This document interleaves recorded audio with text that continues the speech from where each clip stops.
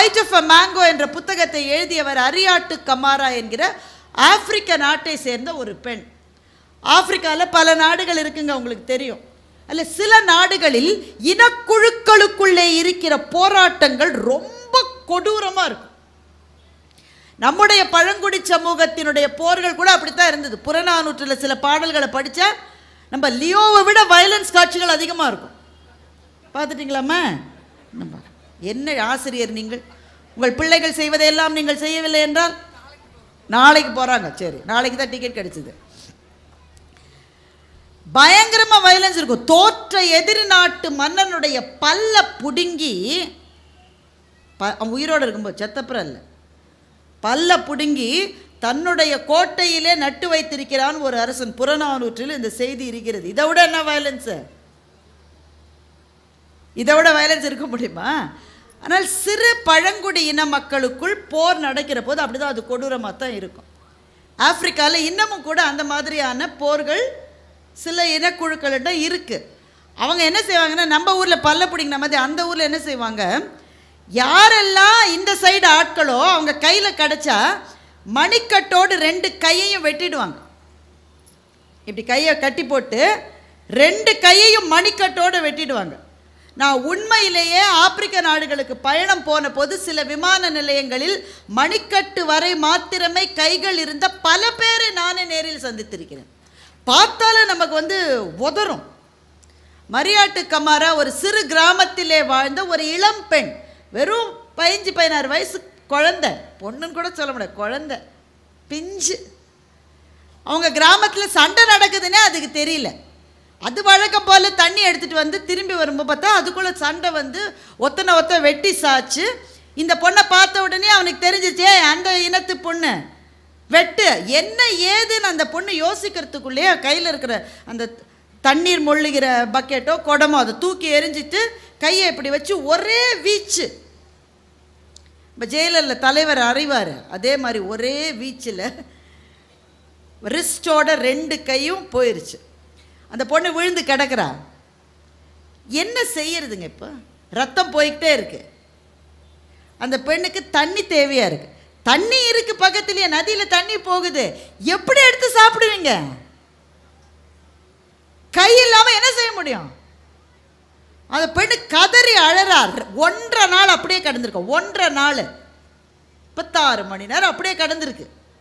அந்த வழியாக ஒருத்தன் போல ஓடுறான். அவன் உயிருக்கு பயந்து அவன் ஓடிட்டு இருக்கான். அவனை பார்த்து இவ கெஞ்சிரா, சகோதரா எனக்கு ஏதாவது சாப்பிட கொடு, பசிக்குது, நான் செத்துடுவேன்னு இது பண்ண. அவன் நின்று அவன் கையை வெட்டிடுவான். அவன் போகிற போக்கில் என்ன பண்ணான், அங்கே ஒரு மாமரம் இருந்தது, அதில் ஒரு மாங்கனி பழுத்து தொங்கியது. அந்த மாம்பழத்தை பறித்து அவள்கிட்ட எரிஞ்சிட்டு அவன் ஓடி போயிட்டான். ஏன்னா அவன் நிற்க முடியாது, அவன் உயிருக்கு ஆபத்து. கைகள் இல்லாமல் உந்தி உந்தி போய் தன்னுடைய வாயால் அந்த மாங்கனியை கவ்வி கவ்வி மிருகங்கள் உண்பது போல அந்த பெண் உண்டாள். இந்த மாங்கனியை உண்ட பிறகு அவள் உயிர் நிலை பெற்றது. அப்புறம் அப்படியே உந்தி உந்தி போய் அப்புறம் கொஞ்ச நேரம் கழிச்சு எந்திரிச்சு நின்று அங்கே இருக்கிற மருத்துவமனைகள் உண்டு, டாக்டர்ஸ் வித்தவுட் பார்டர்ஸ் என்று அவர்களை சொல்லுவார்கள். எந்த நாட்டுக்கும் சொந்தமில்லாதபடி மொத்த மானுடத்துக்கும் உதவக்கூடிய மருத்துவர்கள். அந்த முகாமுக்கு போய் அவங்க அந்த இரத்த பெருக்கை கட்டுப்படுத்தி அவளை இது பண்ணி இன்றைக்கு மரியாட்டு கமாரா டொரண்டோவில் வசிக்கின்றார். காலிலேயே ஒரு புக்கே எழுதிருச்சு, காலில் பேனா வச்சுக்கிட்டு.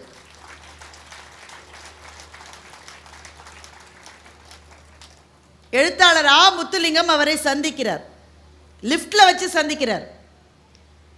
இவர் போக வேண்டிய ஃப்ளோர் பட்டனை இவர் அமுத்திட்டார். அந்த பொண்ணு என்ன செய்யும்? அந்த அம்மா ஒரு மாடிக்கு போகணுன்னு வச்சுக்கோங்களேன், 13ஆம் மாடின்னு வைங்க, லிஃப்ட்டில் அது மேலே வச்சுருப்பான். இது என்ன செய்யுது?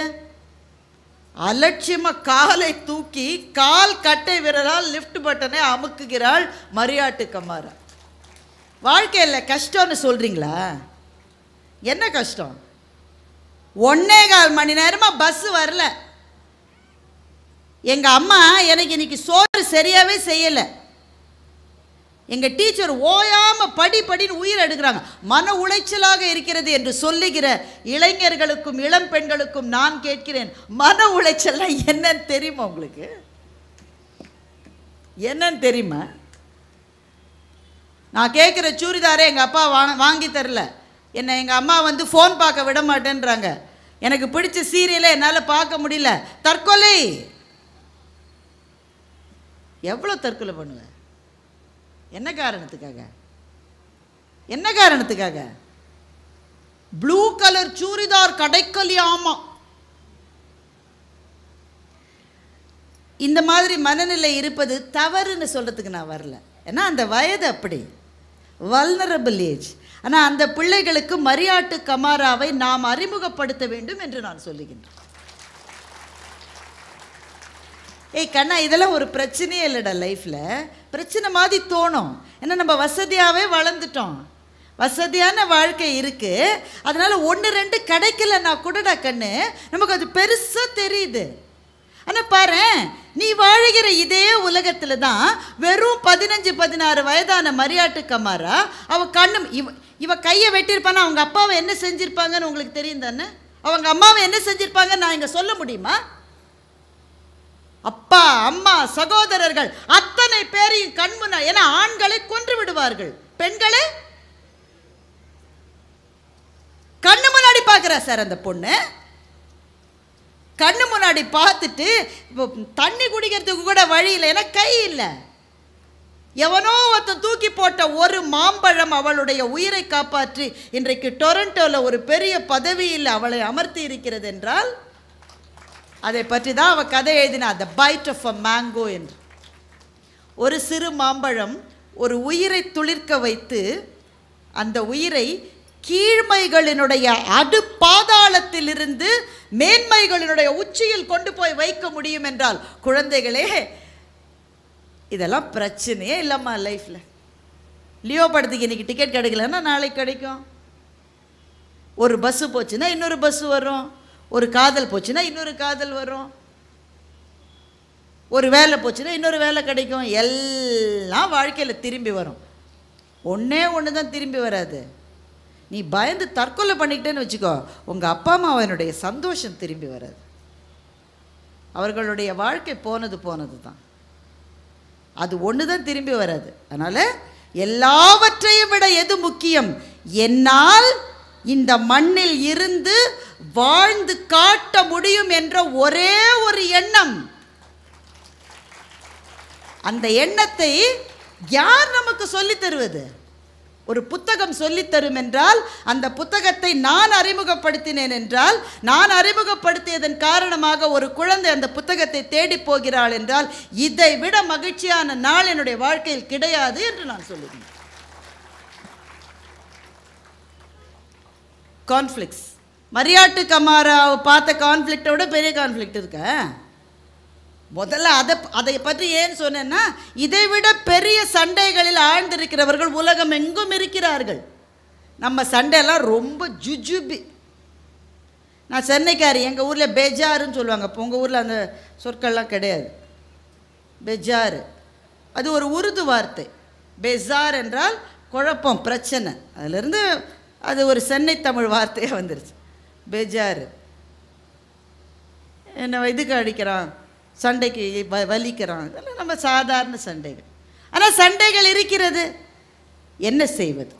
வேகமாக எல்லாரும் முதல்ல என்ன செய்யணும்னா, முரண். சண்டைன்ற வார்த்தை கூட நான் சொல்ல, முரண்கள் யார் யாருக்கு இருக்கிறதோ அவர்கள் செய்ய வேண்டிய முதல் வேலை, ஆம் இது ஒரு முரண் என்று அக்னாலேஜ் பண்ணிக்கணும் ஃபஸ்ட்டு. அது எதுவுமே இல்லாத மாதிரி நடிக்கக்கூடாது. ஆமாம் இது பிரச்சனை, முதல்ல அக்செப்ட் பண்ணுங்க பிரச்சனை இருக்குன்னு. சில பேர் மெதப்பாவே திரிவாங்க. எங்கள் வீட்டில் என் பசங்க 4 பேர் ராம லக்ஷ்மண பரதம் சேர்த்துருக்கிற மாதிரி என் பேச்சை மீறவே மாட்டேன். ஒன்று வெட்டி குத்திட்டு இருக்கு பின்னாடி. என் பேச்சை மீறவே மாட்டேன். முதல்ல அக்னாலேஜ் பண்ணுங்க, ஆமாம் முரண் இருக்கிறது. சரி இருக்கிறது, என்ன செய்ய முடியும்? யாருடைய வாழ்க்கையில் முரண் இல்லை?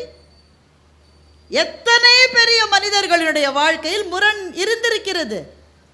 ஸோ அப்படித்தான் இருக்கும், இந்த உலகம் இப்படித்தான் இருக்கும். இதை சொல்லிக் கொடுத்தது அன்னை சாரதா தேவி.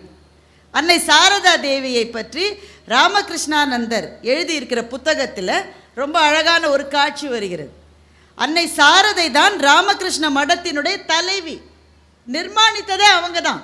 விவேகானந்தர் அந்த கனவை நிறைவேற்றுவதற்கு உதவினார். ராமகிருஷ்ண மடமே அமைந்து விட்டது. தலைவி யாரு? அன்னை சாரதா. அன்னை சாரதா ராமகிருஷ்ண பரமஹம்சர் இறந்துட்டார். அப்போ தன்னுடைய அம்மா வீட்டுக்கு போவார். ஜெயராம்பாடின்னு ஒரு ஊர், கல்கத்தாவில், வங்காளத்தில், கல்கத்தா பக்கத்தில் ஜெயராம்பாடிக்கு போவாங்க. இவங்க நான் சொல்கிறது என்னங்க, கிட்டத்தட்ட 150-200 வருஷத்துக்கு முதல் இந்த மடத்தில் என்ன வருவாய் இருக்கும்? 10 பைசா 5 பைசா அவ்வளோதானே அன்றைக்கி இருக்கும். இந்த வருவாயை மடத்துக்காகத்தான் அன்னை செலவழிப்பார். ஏன்? அதுதான் ராமகிருஷ்ண பரமஹம்சர் என்னுடைய கனவு. ஏழைகளுக்கு உதவி செய்ய. இவர்களே ஏழைகள் தான். இவர்களை விட இருக்கிற ஏழைகளுக்காகத்தான் அந்த பணம் போகணும். ஆனால் அன்னை சாரதாவினுடைய சகோதரர்கள் சில பேர் இவங்களை ஓயாமல் நச்சரிப்பாங்க. அந்த காசை கொண்டு வா, அந்த காசை கொண்டு வா, அந்த காசை கொண்டு வா. இவங்க வந்த உடனேயே இவங்க பையை பிரித்து பார்ப்பாங்களாம். என்ன இருக்குது உள்ள? என்ன இருக்கும்? ஒரு பழைய புடவை 2 இருக்கும், ஒரு வாழைப்பழம், ஒரு மாம்பழம் ஏதாவது இருக்குது. இவ்வளோதான் கொண்டு வந்தியான்னு சண்டை. பயங்கரமாக சண்டை போடுவாங்களாம். இப்போ அன்னை சாரதா அந்த சண்டையை பொறுக்க முடியாமல் வீட்டுக்கு பின்பக்கம் இருக்கிற ஒரு வேப்ப மரத்தினுடைய நிழலிலே உட்கார்ந்து கொண்டிருக்கிறார். அப்போ ராமகிருஷ்ணானந்தா, அதாவது அந்த மடத்தினுடைய துறவிகள் கூடவே வந்திருப்பாங்க இல்லையா, அவங்க கேட்குறாங்க, தாயே உனக்கு இது தேவையா? இவ்வளவு சண்டைக்கு நடுவில் நீ இருக்கணுமா? நீ செய்கிற உன்னுடைய தியாகத்தையும் உன்னுடைய பணியையும் உன்னுடைய அன்பையும் மதிக்காத இவர்கள் மத்தியிலே நீ ஏன் கஷ்டப்படுற? உனக்கு என்ன தலையெழுத்து என்று துறவிகள் கேட்கிறார்கள். கேட்டுவிட்டு நிமிர்ந்து பார்த்தால் அன்னை சாரதா தேவி அங்கே நிற்பது போல இல்லை, காளி தேவி அங்கே நிற்பது போல அவருடைய கண்களுக்கு தெரிகிறது. காளி மாதாவினுடைய உருவத்தில் நின்று அன்னை சாரதை சொன்னதாக அவர் உணர்கிறார். இந்த உலகம் இப்படித்தான் இருக்கும். இந்த முரண்களுக்கு நடுவில் நின்றுதான் நம்முடைய வேலைகளை நாம் செய்ய வேண்டும் என்று சாரதா அன்னை சொன்னதாக எழுதியிருக்கின்றார். இது அவருக்கு சொன்னதில்லை, நம்ம ஒவ்வொருவருக்கும் சொன்னது. ஏன்னா வாழ்க்கையில் ஏதோ ஒரு கட்டத்தில் நம்ம எல்லாருக்கும் இது வரும். இது தேவையா எனக்கு? நான் போய் அசிங்கம் பண்ணுமா? என் தம்பின்னு தானே செஞ்சேன், என் கசின் பிரதர்னு தானே செஞ்சேன், என் மனைவி வீட்டு மச்சான்னு தானே செஞ்சேன், என் மகன்னு தானேயா செஞ்சேன், எல்லாரதுலையும் அவமானப்படுத்திட்டானையா, இது எனக்கு தேவையா? இந்த கேள்வி வருமா வராதா? இளைஞர்கள் இருக்கிறீர்கள், அலுவலகத்தில் வேலை செய்கிறவங்க இருப்பீங்க ஒரு வேலைன்னு நினைக்கிறேன். எல்லா அலுவலகத்திலும் இருக்கிற பிரச்சனை நான் மாங்கு மாங்கு மாங்குன்னு வேலை செய்கிறவனுக்கு என்ன கொடுப்பாங்க? இன்னும் அதிகமாக வேலை கொடுப்பாங்க. வேலையே செய்யாமல் ஓபி அடிக்கிறவனுக்கு என்ன கொடுப்பாங்க? ப்ரமோஷனை கொடுப்பாங்க. நான் தானேயா செஞ்சேன், அவன் தான் செஞ்சதான் சொன்னான், அட்ட பாவி நான் தான் செஞ்சேன், நீ சொல்லலையேப்பா. அதிகமாக, ஏன்னா இவன் சொல்கிறது கூட டைம் இல்லை, அதுபடி வேலை செஞ்சுக்கிட்டே இருக்கான். அதிகமாக வேலை செய்யாதவனுக்கு ப்ரமோஷனை கொடு, அதிக வேலை செய்கிறவனுக்கு மேலும் வேலையை கொடு. இப்படி தான் உலகத்தில் இருக்கிற எல்லா மேனேஜ்மெண்ட்டும் டிசைட் பண்ணும். அப்போ என்ன தோணும் உனக்கு? சனியனை இதோட விட்டு தொலைச்சிட்டு நான் போகலன்னா எங்கேயும் போக முடியாது. ஏன்னா இதை விட்டு நீ இன்னொரு இடத்துக்கு போனால் இதை விட பயங்கரமாக இருக்குமே காண்டி கம்மியாக இருக்க. அதனால் இந்த உலகம் இப்படித்தான் இருக்கும், முரண்கள் இருக்கும், பிரச்சனைகள் இருக்கும், சண்டைகள் இருக்கும். நான் அதிலே நின்று கொண்டு என்னுடைய பணி எதுவோ அதை என்னால் முடிந்தவரை அற உணர்வோடு செய்வேன் என்று நிற்பவர்கள் மாத்திரம்தான் இங்கே நிம்மதியாக வாழ முடியும். எனவே முதல் விஷயம் அக்னாலெட்ஜ், ஒத்துக்கொள், முரண் இருப்பதை ஒத்துக்கொள். ரெண்டாவது விஷயம், சில முரண்களை அவாய்ட் பண்ணணும், தவிர்த்து விடு. ரொம்ப டிராஃபிக்ப்பா, அப்படியே பைபாஸ் வழியாக போகிறோம்ல, சில பேரோடு முரண்கள் இருந்தால் பைபாஸ்லேயே போகணும். நான் யார் தெரியுமா? மதுரைக்காரனை பார்த்தா நீ சொல்கிற ஜகா வாங்க சொல்லி பின்பாங்க சொல்லி சண்டை போடுவான், நின்று முடியாது, அவன் ரொம்ப பெரிய ஆள், அவனோட சண்டை போட முடியாது. So choose your battles. எந்தெந்த போர்களை போரிட வேண்டும் என்று தேர்ந்தெடுப்பது உன்னுடைய அறிவினால். எல்லாத்துக்கும் சண்டைக்கு போகாதுன்றான். ஆனா கேனபிள் என்ற ஒரு பெண் ரொம்ப அழகாக குட்டி குட்டி கதைகளுடைய புத்தகம் எழுதியிருக்கேன். இங்கே எங்கேயா கிடைக்குமா எனக்கு தெரியல, பதிப்பகம் என்னன்னு தெரியல. அதில் த லயன் அண்ட் த ரிவர் என்ற கதை எனக்கு ரொம்ப பிடிச்ச கதை. ஒரு சிங்கம் இருக்குது, அதான் காட்டுக்கு ராஜா. எந்நேரம் சிங்கம் என்ன பண்ணும்? எல்லோரையும் ஒரு அடி ஓங்கி அடித்தா 1.5 டன்னு. எவ்வளோ? அதே சிங்கம் 1, 2, 3 1.5 டன்னு 3 டன்னு 4.5 டன்னு வாங்கியிருக்கோம் நம்ம இப்போ. சிங்கத்துக்கு அதனால் அரைஞ்சே இப்போ யாராவது எதிரில் நிற்க முடியுமா? எல்லோரையும் ஒரு அறை வைக்கும். ஒரு தடவை பயங்கரமான வெள்ளம் வந்து நதி வெள்ளத்தோடு சுழித்து ஓடுகிறது. சிங்கம் இங்கேருந்து அங்கே போனோம். இது போனால் நதி வந்து தடுக்குது, திரும்ப போகுது, நதி அப்படியே போய்கிட்டே இருக்கு. சிங்கத்துக்கு கோவம் வந்துருச்சு, நதியை போட்டு அடிக்குது. பயங்கர அந்த கர்ஜனை செஞ்சு நதியை போட்டு அடிக்குது. நதிக்கு என்ன போச்சு? அது பாட்டுக்கு போயிட்டே இருக்கு. நான் சொன்னால் நீ வழிவிட மாட்டாயா, 2வது தடவை அடிக்குது. அது நதி ஒன்று அது இன்னும் ஜாஸ்தியாக போகுது. சிங்கத்துக்கு டயர்டாயிருச்சு, அப்படியே உட்காந்துருக்கு. நதி கேட்டுது சிங்கத்தை பார்த்து, உனக்கு எனக்கு சண்டையை இல்லை கேட்குறேன், உனக்கு எனக்கு எதை சண்டையை? என் வேலையை நான் செய்கிறேன், உன் வேலையை நீ செய்கிற, எல்லாரோடையும் சண்டை போடணும்னு நினைக்காத, ஒரு நாளும் நீ வெற்றி பெற மாட்டா என்று நதி சொன்னது. சிங்கம் யோசிக்குது, ஆனால் அறிவுள்ள சிங்கம். பல சிங்கங்கள் அறிவில்லாத சிங்கங்கள். நீ யார் எனக்கு புத்தி சொல்லுதுன்னு இன்னொரு தடவை அடிக்க, அந்த மாதிரிலாம் இருக்கான். ஆனால் இந்த சிங்கத்துக்கு அறிவு கொஞ்சம் இருக்குது. அது பார்த்தா சொல்கிறதுல ஒரு நியாயம் இருக்குது. அது வேலையை அது செய்யுது. நான் போய் ஏன் அதோட சண்டை? அங்கே பார்த்தா அந்த நதி தானாக ஓடி ஒரு இடத்திலே சுழன்று வந்தது. சுழன்று வந்த இடத்துல அடுத்த கரை இருந்தது. அப்படியே நதியின் வேகத்தோடு தன்னை ஒப்பு கொடுத்தது சிங்கம். அந்த நதியே அந்த சுழலிலே தள்ளி அடுத்த கரையில் போயிடுச்சு. அது எந்திரிச்சு போயிடுச்சு. இப்படித்தான் சில சமயம் எல்லாரோடையும் சண்டைக்கு நிற்கக்கூடாது. நான் யார் பின்னாடியிலேருந்து அருவாளை தூக்கிட்டு போனால் அவன் துப்பாக்கி வச்சுருக்கான், அவன் லூஸு, அவன் துப்பாக்கி வச்சுருக்கான். நீ அருவாளை எடுக்கிறதுக்குள்ளே 3 தடவை சுட்டுருவான். அதனால் அவாய்டு, சில முரண்களை தவிர்த்து விட வேண்டும், சில முரண்களை ஏற்றுக்கொள்ள வேண்டும். எங்கள் மாமியார் அப்படி தாங்க, ஒன்றுமே செய்ய முடியாது. என்ன செய்யலாம்? தினம் எந்திரிச்சு சண்டை போடலாம் இல்லையா? அவங்க அப்படி தான் விட்டுத்தள்ளு. எவ்வளவு கணவர்கள் அப்படி வாழ்கிறார்கள் இந்த உலகத்தில், ஒன்றும் செய்ய முடியாது. அது அப்படித்தான். ஏன் அதை ஒத்துக்கணும்? அதை தான் நான் முதல்ல சொன்னேன். ஏன்னா குழந்தைங்க இருக்காங்க சார், குழந்தைங்க இருக்க, அது வாடிடக்கூடாது. உங்கள் சண்டையின் வெம்மையில் 2 பிஞ்சுகள் வாடிவிடக்கூடாது. அதுக்காக இது இப்படித்தான். சமாளிக்கவே முடியாத கொடுமைகளை பொறுத்து கொண்டிருங்கள் என்று பேச நான் இங்கே வரவில்லை. ஆனால் சில மனிதர்களினுடைய இயல்பு அப்படி என்றால் அப்படித்தான் அப்படின்னு அக்செப்ட் பண்ணிக்கோங்க. முல்லா என்ன பண்ணறான்? முல்லாவை கேள்விப்பட்டிருக்கீங்களா? என்னங்க 3 பேர் மட்டும் சரின்றீங்க? முல்லா ஓடி போனாராம், குருவே எனக்கு பிரச்சனை, என்னை காப்பாத்துங்க, சண்டை, எங்கள் வீட்டில் முரண். என்ன முரண்?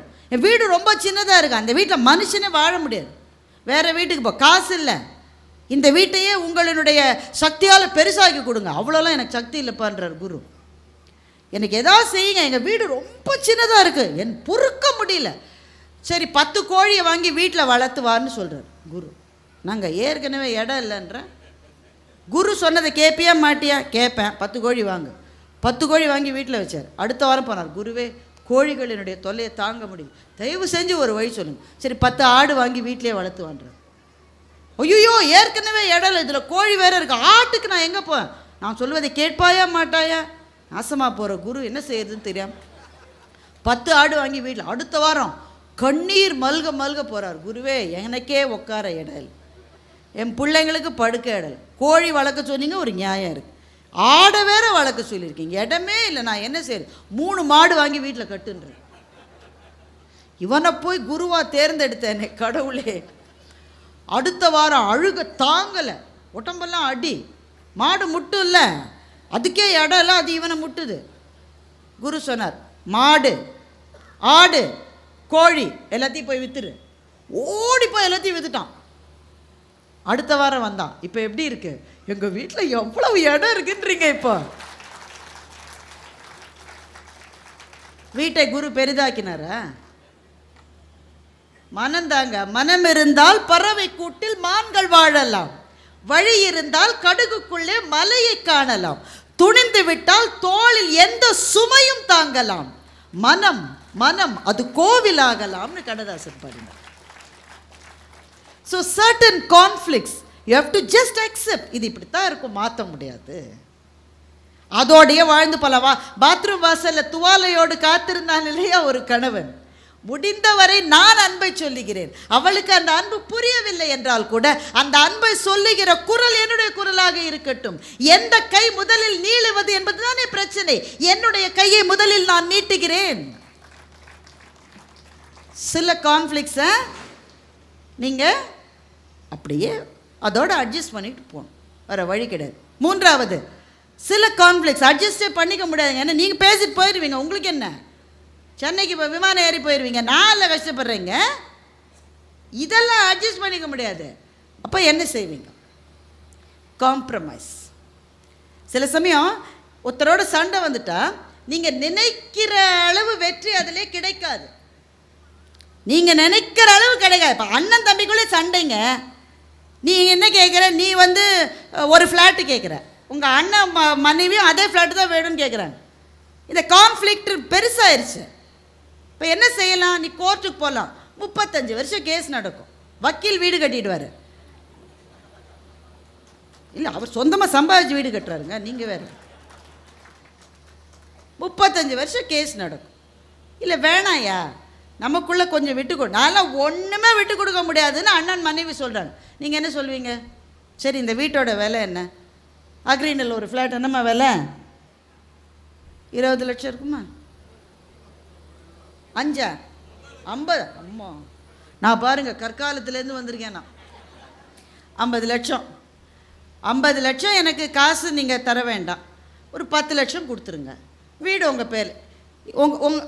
அந்த வீட்டம்மா என்ன சொல்லும்? அறிவு இருக்காயா உனக்கு, முட்டாளே, 50 லட்சத்தை அவருக்கு கொடுத்துட்டு நீ 5 லட்சம் வாங்கிட்டு வருவியா? Is this a optimal solution? No, it is not. ஆனால் சமாதானத்துக்காக சில சமயம் இறங்கி போவது தவறல்ல. ஜெயமோகன் எழுதியிருக்கிற வெண்முரசை படியுங்கள். கண்ணன் தூது போனான், கௌரவர்களுக்கும் பாண்டவர்களுக்கும் இடையிலே நடக்கிற சண்டையை தவிர்ப்பதற்காக கண்ணன் தூது போனான். தூது போகும்போது என்ன ரிக்வெஸ்ட்? நாட்டில் பாதியக்கூடாது, அதான ரிக்வெஸ்ட்டு. அப்போ அவன் தோத்து போனான், நீ 13 வருஷம் அவனை காட்டில் இருக்க சொன்ன, இருந்துட்டான் வந்துட்டான், இப்போ அவன் நாட்டை அவனுக்கு திருப்பி கொடுத்துருப்பா, இதானப்பா நியாயம்? அவன் முடியாதுன்றான். நாட்டில் பாதியை கொடு, முடியாதுன்றான். கண்ணன் கேட்டார், 5 கிராமங்களையாவது கொடுன்னு. இப்போ 5 கிராமங்களை கேட்பது புத்திசாலித்தனமான கோரிக்கையா என்றால் இல்லை. பாதி நாட்டை கேட்டவா 5 கிராமத்தோட திரும்பி வந்தா உத்தேசித்ததை விட குறைவானதை கண்ணன் கேட்டிருக்கிறான். ஆனால் ஏன் கேட்டான்? இந்த 5 பாண்டவர்களுக்கும் கால் ஊன்ற நிலம் இருந்தால் போதும், இந்த போரை தவிர்க்க வேண்டும் என்றால் நான் கொஞ்சம் தழைந்து போனால் தவறல்ல என்று கண்ணன் கேட்டான் அல்லவா? துரியோதனன் அது கூட ஒத்துக்கல, அதனால்தான் போர் வந்தது, குலமே அழிந்தது. அதுதான் காம்ப்ரமைஸ். சில சமயம் வாழ்க்கையில் காம்ப்ரமைஸ் பண்ணால் ஒன்றும் கெட்டு போகாது. விட்டு கொடுத்தவன் கெட்டு போவது இல்லை. பல பேர் ஒத்துக்கலன்னு நினைக்கிறேன். நான் 45 லட்சம் போச்சுமா, 50 லட்சம் ப்ராப்பர்ட்டியில் 5 லட்சத்தை வாங்கிட்டு வந்தால் 45 லட்சம் போச்சு. இல்லை, 45 லட்சம் போனால் போட்டோம், அண்ணன்ற ஒரு உறவு இருக்கே, அதுக்கு 45 லட்சம் ஈடாகுமா?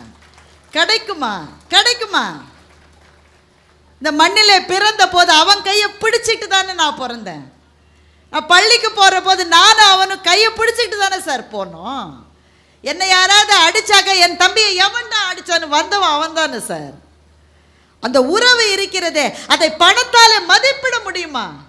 அது எங்கள் அண்ணனுக்கு புரியல, இன்னைக்கு புரியல, நாளைக்கு புரியும். ஆனால் எனக்கு புரிஞ்சிருச்சு, போனது 45 லட்சம் தான், ஆனால் எனக்கு கிடைத்தது இந்த உறவு கிடைத்திருக்கிறதுன்னு நினைக்கிறவன் தான் இந்த உலகத்தில் நிம்மதியாக தூங்கக்கூடியவன். அப்போ sometimes you go for compromise because பெரிய அழிவுகளை, சிதைவுகளை தவிர்ப்பதற்காக சில சின்ன விஷயங்களை விட்டு கொடுத்தா தப்பில்லை. முரண்களை முறியடிப்பதற்கு குறைவான சொல்யூஷன் கூட நல்லது தான். கடைசி சொல்யூஷன் கொலாபரேஷன். அது எவன்கிட்ட சண்டையோ அவன்கிட்டையும் நேர போய் பேசி ஒரு முடிவுக்கு வருது. இந்த நடுவில் இருக்கிற ஆட்களை மாத்திரம் தயவு செஞ்சு நம்பாதீங்க. இவன் அந்த ஆள்கிட்ட சொல்லி, அந்த ஆள் நம்ம ஆள்கிட்ட சொல்லி, நம்பாள் இன்னொரு ஆள்கிட்ட சொல்லி அவன் தின்னுடுவான், 45 லட்சம் அங்கேயே போயிடும். யாரோட பிரச்சனையோ நேரே அணுகி பேசுவதில் நன்மைகள் இருக்கிறது. ஜெஃப்ரி ஆர்ச்சரனுடைய கேன் அண்ட் ஏபிள் என்கின்ற ஆங்கில நாவல் தமிழில் மொழிபெயர்க்கப்பட்டு வந்திருக்கிறது. ஸ்ட்ராங்காக உங்களுக்கு அதை சிபாரிசு செய்கிறேன், தயவு செய்து அதை படிங்கள். பெரிய நாவல், ஆனால் அதை விட சுவாரஸ்யமாக எழுதப்பட்ட புத்தகங்கள் இருக்கவே முடியாது. கேன் ஏபிள் 2 பேர், உறவுக்காரன் கிடையாது, சொந்தக்காரன் கிடையாது, ஃப்ரெண்ட்ஸ் கிடையாது, ஒருத்தன் பார்த்துக்கிட்டதே கிடையாது. ஒருத்தன் பேங்க் அதிகாரி, இன்னொருத்தன் சிறு தொழில் செய்யறதுக்கு வரான். இந்த பேங்க் அதிகாரி இவனோட அப்ளிகேஷனை பார்த்து லோனை ரிஜெக்ட் பண்ணிடான். இவ்வளவுதான் சார் நடக்குது. லைஃப் லாங் 2 பேருக்கும் விரோதம் முற்றிக்கொண்டே போகிறது. இவனும் ரொம்ப பெரிய ஆளாயிட்டான், இவனும் ரொம்ப பெரிய ஆளாயிட்டான். ஒருத்தன் வெட்டிக்கிட்டே இருக்கான், ஆப்பு வச்சுக்கிட்டே இருக்கான். அவன் நடந்த பாதையில் இவன் வந்து வெடி வைக்கிறான், இவன் நடக்கிற பாதையில் அவன் குழியை வெட்டுறான். அப்படி ஒரு 60 வருஷ பகை. இவன் பையனுக்கும் பகை, இவன் பேரனுக்கும் அவன் பேரனுக்கும் பகை, பரம்பரையாக தொடர்கிறது. கடைசியில் 2 பேருக்கும் ரொம்ப வயசாயிருச்சு. கேனும் ஏபிளும் ஒரு பார்க்கில் மீட் பண்ணிக்கிறாங்க தற்செயலாக. இவன் உட்காந்துருக்கான், அவன் வாக்கிங் போகிறான். அவன் ஹேட்டை எடுத்து இவனுக்கு இங்கிலீஷ்காரங்களாம் அப்படி தான் வணக்கம் சொல்லுவாங்க. தொப்பி எடுத்து இப்படி வணக்கம் சொல்லுவாங்க. ஹேட்டை எடுத்து வணக்கம் சொன்னான். அப்போ இவன் நினச்சிக்கிட்டான், நான் என்ன காரணத்துக்காக நான் 60 வருஷம் இவனோட சண்டை போட்டு என் வாழ்க்கையில் வேஸ்ட் பண்ணிக்கிட்டேன்னு நினச்சான். இந்த ஞானம் முதல்லையே வந்திருந்தா, நேர ஒருத்தர் போய் சந்திச்சிருந்தா, 60 வருஷம் ஒத்தனை இன்னொருத்த எப்படி அழிக்கிறதுனே பிளான் பண்ணி வாழ்ந்தானே, அந்த வாழ்க்கை இனிமேல் திரும்பி கிடைக்காது. போனது தானே சாமி. That is collaboration. நேர போய் பார்த்து பேசி 2 பேருக்கும் சமமான ஒரு தீர்வு. ஒரு 5 நிமிஷம் டைம் இருக்குது, ஓகேவா? இப்போ நான் என்னென்ன சொன்னேன்? ரேவதி சுப்புலட்சுமி பக்கத்தில் உட்காந்தா இதுதான் பிரச்சனை. ஆசிரியர்கள் பக்கத்தில் உட்காந்தா நமக்கும் அந்த சுபாவம் வந்துடும். பிள்ளைங்களா நல்லா கவனி, நான் என்னென்ன சொன்னேன் இப்போ சொல்லு, அது மாதிரி. ஃபர்ஸ்ட் ஆஃப் ஆல் கான்ஃப்ளிக்ஸை அக்செப்ட் பண்ணுங்க. இது இருக்கிறது, முரண் இருக்கிறது என்பதை ஒத்துக்கொள்ளுங்கள். சில முரண்களை முழுமையாக தவிர்த்து விடுங்கள், பைபாஸில் போகிற மாதிரி. சில முரண்களை அதோடு வாழ பழகுங்கள். முள்ளம்பன்றியோட முள் இருக்குல்ல, அதோட தான் முள்ளம்பன்றி வாழும். ஒரு முள்ளம்பன்றிகள் கூட்டமாக வாழும் நண்பர்களே, உங்களுக்கு தெரியுமா? ஏன்னா ரொம்ப குளிர் பிரதேசத்தில் தான் முள்ளம்பன்றி இருக்கும். கூட்டமாக ஒன்று கட்டி பிடிச்சிக்கிட்டு தான் இருக்கும் முள்ளம்பன்றி. ஒரு முள்ளம்பன்றி கோவம் வந்துருச்சு, என்னை பாரு இவன் குத்திக்கிட்டே இருக்கான், என்ன நாசமாக போகிறவன் குத்திக்கிட்டே இருக்கான், என்ன நான் இவனோடையே இருக்க மாட்டேன், நான் தனியாக போயிருச்சு. இப்போ யாருமே குத்தலை, நிம்மதியாக இருக்கு. ஆனால் குளிரில் முள்ளம்பன்றிகளால் தனித்து வாழவே முடியாது. 2 மணி நேரத்தில் செத்து போச்சு. இப்போ முள் பரவாயில்லையா, தனியாக போய் குளிரில் இறந்தது பரவாயில்லையா என்றால், முள்ளை சில சமயம் சகித்து கொள்ள. சில முட்கள் நம் கூடவே பிறந்தவை, ஒன்றுமே பண்ண முடியும்.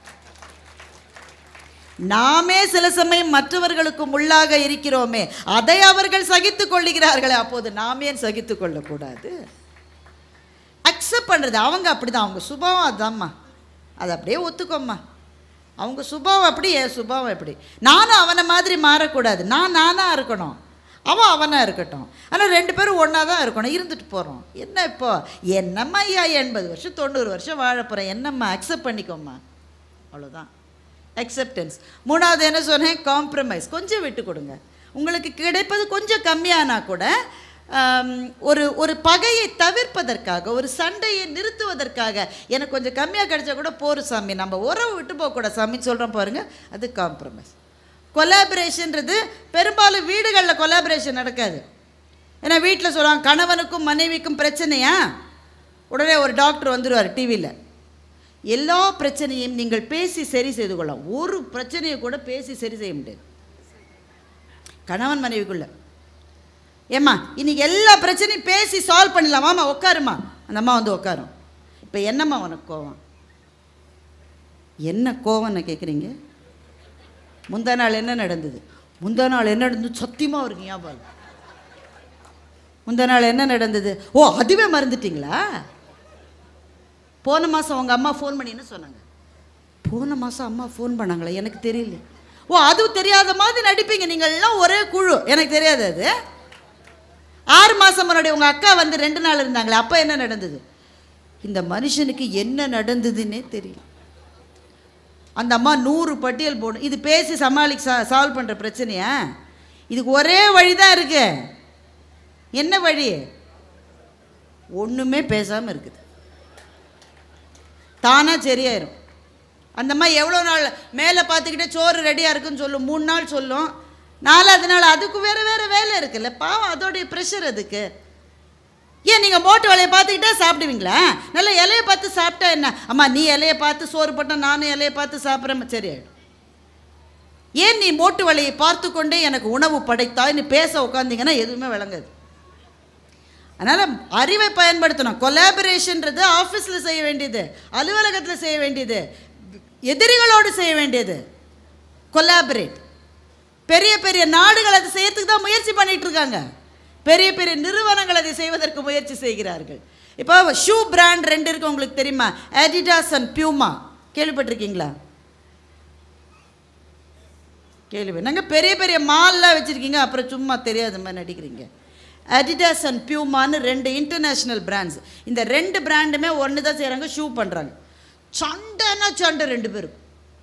இவன் ஒரு ஆஃபர் போட்டால் அவன் அதோட பெருசாக போடுவான், அவன் ஒரு ஆஃபர் போட்டால் இவன் இந்த லெவலில், மதுரை லெவலில் இல்லை, இந்தியா லெவலில் இல்லை, வேர்ல்டு லெவலில். இது 2த்தையும் ஏற்படுத்தியவர்கள் ஒரு அண்ணனும் ஒரு தம்பின்னு நம்புவீங்களா? 2 பேர் அண்ணன் தம்பி ஒரே ஷூ கம்பெனி தான் வச்சு நடத்தியிருந்தாங்க. 2 பேருனுடைய மனைவிகளுக்கும் சண்டை. அதனால் அண்ணன் தம்பிக்கு சண்டை வந்தது. கம்பெனியை உடைச்சி அண்ணன் வந்து அடிடாஸ் ஆரம்பித்தான், தம்பி வந்து பூமாவை ஆரம்பித்தான். இப்போ அண்ணன் தம்பிலாம் போயே 100 வருஷம் ஆகுது, ஆனால் கம்பெனிக்குள்ளே இருக்கிற சண்டை இன்னும் போகலை. இவ்வளவு பிரம்மாண்டமாக வளர்ந்திருக்கிற 2 நிறுவனங்கள் ஒன்றாகவே இருந்திருந்தால் இன்னும் எத்தனை பிரம்மாண்டமாக இருந்திருக்கும். அதுதான் கொலாபரேஷன். ஆமாம், வீட்டு சண்டை வீட்டோடம்மா, ஆஃபீஸ்க்கெல்லாம் அதை கொண்டு வர முடியாது. நாங்கள் ஒன்றா இருந்தால் தான்மா பிஸ்னஸ் நல்லா இருக்கும்னு சொல்ல முடியலை, அல்லது சொல்லுவதற்கான சூழல் இல்லை. இதுதான் கொலாபரேஷன். நம்ம இப்போ பேச்சினுடைய நிறைவுக்கு வந்துட்டோம். எதுவுமே நடக்கலை, நீ சொல்கிறதெல்லாம் ட்ரை பண்ணிட்டேன், எதுவும் விளங்கலை, நான் என்ன செய்யறது? சண்டை போடு.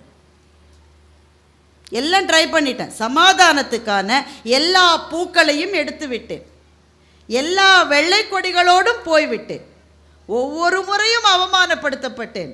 நான் இப்போ என்ன செய்வது? வேறு வழியே இல்லையா? I you sure you tried everything? எல்லாம் பண்ணியாச்சு. அப்போ சண்டைக்கு போ. ஆனால் மகனே, சண்டைக்கு போகும்போது ஒன்று நினைவச்சுவோ, சண்டையில் கிழியாத சட்டை எங்கேயும் கிடையாது. சண்டைக்கு நீ போயிட்டா நீ தான் அவனை அடிப்பேன்னு கேரண்டி கிடையாது, அவனும் ஒன்று அடிப்பான். பாலகுமாரன் எழுதுகிறார், அடி தாங்கிறவன் தான் தடியை எடுக்கணும்னு பாலகுமாரன் எழுதுறார். தடியை எடுத்து அடிக்க போயிட்ட நீ, ஆனால் அதுக்கு முன்னாடி யோசி, பதிலுக்கு அவன் ஒரு தடி வச்சிருப்பான், அவன் என்ன அடிப்பான். அந்த அடியை வாங்கிறதுக்கு தெம்பு இருந்தால் நீ தடி எடு, இல்லையா பின்னங்கால் பிடையில் பட ஓடு.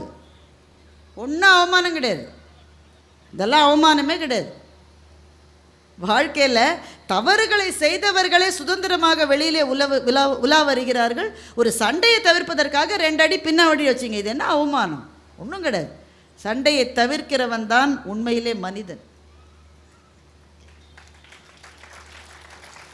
எதுவுமே முடியல, சண்டை தான் முடிவு பண்ணிட்டீங்களா, அடி வாங்கிறதுக்கு ரெடியாக போங்க. ஏன்னா சண்டைன்னு வந்துட்டு யார் ஜெயிப்பாங்கன்றது உங்கள் கையில இல்லை, அவங்க கையில இல்லை, அது அந்த நேரத்தினுடைய கையிலே இருக்கிறது.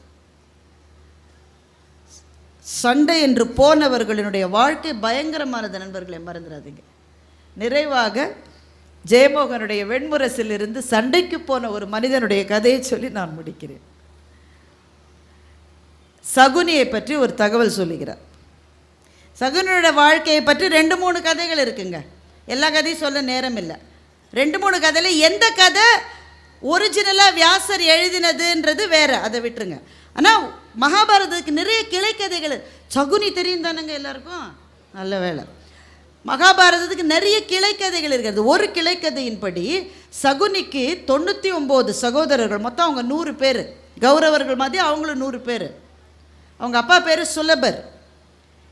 அவங்களுடைய ஒரே ஒரு சகோதரி காந்தாரி. அந்த காந்தாரியை திருதராஷ்டிரனுக்கு திருமணம் செஞ்சு கொடுத்து வச்சுட்டாங்க. திருமணத்துக்கு எல்லாம் பண்ணி கல்யாணமே ஆயிடுச்சு. திருதராஷ்டிரனுக்கு பார்வையில்லை என்பதால் காந்தாரியின் கண்ணை கட்டி கொண்டு தானும் பார்வையற்றவளாக ஆனாள். தனக்கு இருக்கிற ஒரே சகோதரிக்கு ஒரு பார்வை இல்லாதவருக்கு கல்யாணம் பண்ணி கொடுத்துட்டாங்களேன்னு சகுனிக்கு ஒரு சின்ன வருத்தம் இருந்தது. அதை விட முக்கியம் என்னென்னா, காந்தாரிக்கு திருமணம் செய்து கொண்ட போது இவங்க எல்லாம் சேர்ந்து ஒரு ரகசியத்தை மறைத்து விட்டு திருமணம் செய்து கொடுத்திருக்கிறார்கள். அது என்ன ரகசியம் என்னன்றது அப்புறம் பார்த்துக்கலாம், ஒன்றும் பெரிய விஷயம் இல்லை. ஏதோ ஒரு எல்லா கல்யாணத்துலேயும் தானங்க இருக்குது, ரகசியத்தை மறைக்காத ஒரு கல்யாணம் இருக்கா சொல்லுங்கள்? எல்லா கல்யாணத்துலேயும் ஏதோ ஒன்று முன்ன பின்ன மேலே கீழே, அவங்களுக்கு இப்போ தெரிய வேணாம், அப்புறம் சொல்கிறது தானே. காந்தாரியை பற்றி ஒன்றும் பெரிய விஷயம் இல்லை. அவள் உத்தமி, கற்பின் சிறந்தவள் அவள். ஆனால் ஒரு விஷயத்தை வெளியில் சொல்லாமல் கல்யாணம் நடந்துருச்சு.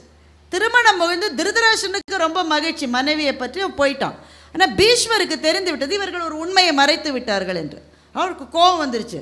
he was the most powerful person in the country அன்னைக்கு. அவருடைய வீரத்துக்கு முன்னாடி யாராலையுமே நிற்க முடியாது, அப்படிப்பட்ட வீரம் கொண்டவர் பீஷ்மர். என்கிட்ட நீங்கள் விஷயத்தை மறைச்சிட்டீங்களான்னு என்ன பண்ணார், அப்பாவையும் 100 சகோதரர்களையும் சிறையில் அடைத்து விட்டார். சிறையில் அடைச்சிட்டு என்ன பண்ணார்னா, ஒவ்வொரு நாளும் உள்ள எவ்வளோ பேர் இருக்குது, 100 + 1 101 பேர், ஒரு ஆளுக்கு சாப்பாடு தான் நான் கொடுப்பேன் ஒவ்வொரு நாளும். ஏன் அப்படி சொன்னாருன்னு உங்களுக்கு புரியுதா? 101 பேரை உள்ளே அடிச்சுட்டு ஒரு ஆளுக்கு சாப்பாடு கொடுத்தா என்ன வரும், ஒத்தன் அடிச்சுட்டு சாவான். பசியை எவ்வளோ நாளுங்க தாங்க முடியும்? அண்ணன் என்னடா தம்பி என்னடா, பசியை எப்படி தாங்கிறது? ஒத்தனை அடிச்சுக்கிட்டு சாவான். ஆனால் எல்லாரையும் அடித்து ஒருத்தன் மட்டும் ஜெயிப்பான். யார் ஜெயிக்கிறானோ அவன் நம்ம நாட்டுக்கு தேவையான ஆள். ஏன்னா அவன் தான் 100 பேரை அழிச்சிட்டு வந்த மாதிரியான ஒரு ஆள் நமக்கு தேவை. அப்படி வரவனை நான் அஸ்தினாபுரத்தில் வச்சுக்கிறேன்னு இவர் முடிவு பண்ணுறார். இந்த 100 சகோதரர்களுக்கும் 3-4 நாள் சண்டை வந்தது, சாப்பாடு எனக்கு உனக்கு. அப்போ சகுனி சொன்னார், சகோதரர்களே நம்மள் சண்டை வேண்டாம், ஒரு ஆள் சாப்பாடுனா ஒருத்தன் தான் சாப்பிட முடியும், 100 பேர் சாப்பிட முடியாது.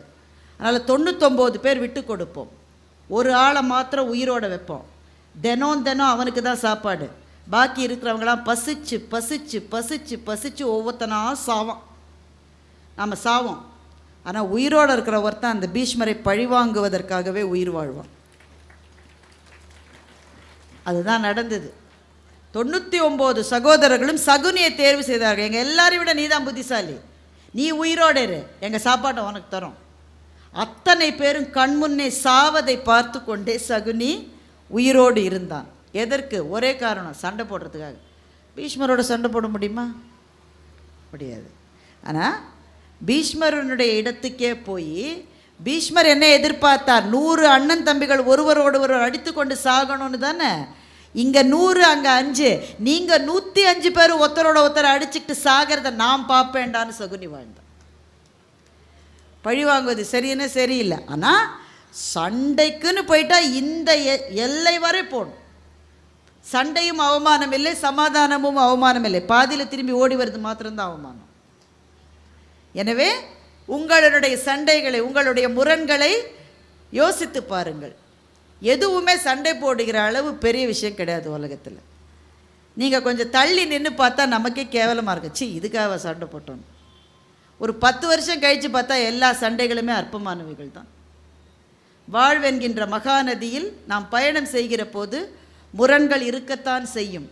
ஆனால் முரண்கள் நதியின் சுழல்கள் மாதிரி, அந்த சுழல்கள் இருப்பதனால்தான் நதி நகருகிறது என்பது போல முரண்கள் வர வரத்தான் நமக்குள்ளே இருக்கிற நம்முடைய திறமைகள் வலுப்பெறுகின்றன, நம்முடைய அன்பு வலுப்பெறுகிறது, நம்முடைய நேசம் வலுப்பெறுகிறது. எனவே முரண்களும் முரண்களற்ற சமாதானமும் மாறி மாறி இருக்கரையாக இருப்பது தான் வாழ்க்கை. இந்த வாழ்க்கை என்ற மகாநதியை நாம் நீந்தி கடப்பதற்கு புத்தகங்களைப் போல துணை செய்பவை எவையும் இல்லை என்பதனால் இந்த சரஸ்வதி பூஜையைத்தான் இப்போது மதுரையிலே நீங்கள் புத்தக திருவிழாவாக கொண்டாடி கொண்டிருக்கின்றீர்கள். புத்தகங்களினுடைய அன்னையான கல்வி அந்த தேவதை எழுத்தாளர்களையும் பதிப்பாளர்களையும் மாத்திரமல்ல, நமக்கும் அவள் ஆசி கூறட்டும் என்று சொல்லி இந்த நல்ல வாய்ப்பை கொடுத்த அத்தனை பேருக்கும் நன்றி பாராட்டி முடிக்கின்றேன். இந்த தகவல் உங்களுக்கு பிடிச்சிருந்தா லைக் பண்ணுங்க, உங்க ஃப்ரெண்ட்ஸுக்கு ஷேர் பண்ணுங்க, மறக்காம எங்க சேனலுக்கு சப்ஸ்கிரைப் பண்ணுங்க.